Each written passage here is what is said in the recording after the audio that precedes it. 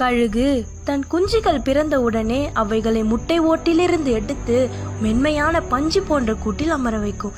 அந்த சூழல் அந்த கழுகு குஞ்சுகளுக்கு சுகமான உணர்வையும் மகிழ்ச்சியையும் கொடுக்கும்.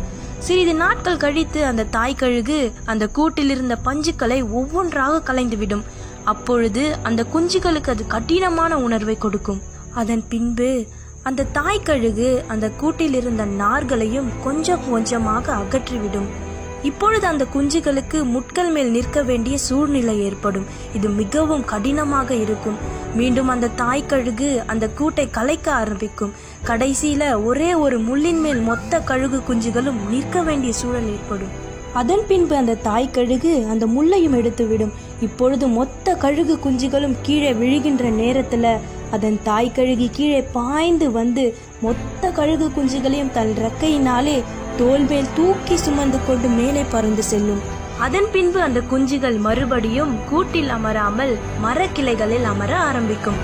காரணம், கீழே விழுந்தாலும் தன் தாய் கழுகு காப்பாற்றும் என்ற நம்பிக்கையில். பின்பு அந்த குஞ்சுகள் பறக்க ஆரம்பித்து தங்கள் வாழ்க்கையை ஆரம்பிக்கும். சில நேரங்களில் தேவன் நம்முடைய கூட்டை கலைக்க ஆரம்பிக்கும் போது இந்த கழுகு குஞ்சுகளின் நிலைமையை போலதான் இருக்கும்.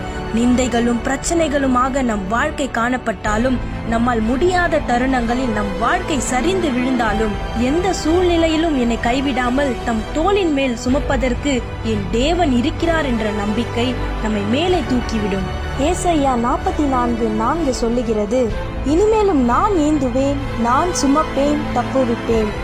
தேவன் நம்மை கடினமான சூழ்நிலையில் நடத்துகிறார் என்றால் அது நம்மை அழிப்பதற்காக அல்ல, உருவாக்குவதற்காகவே.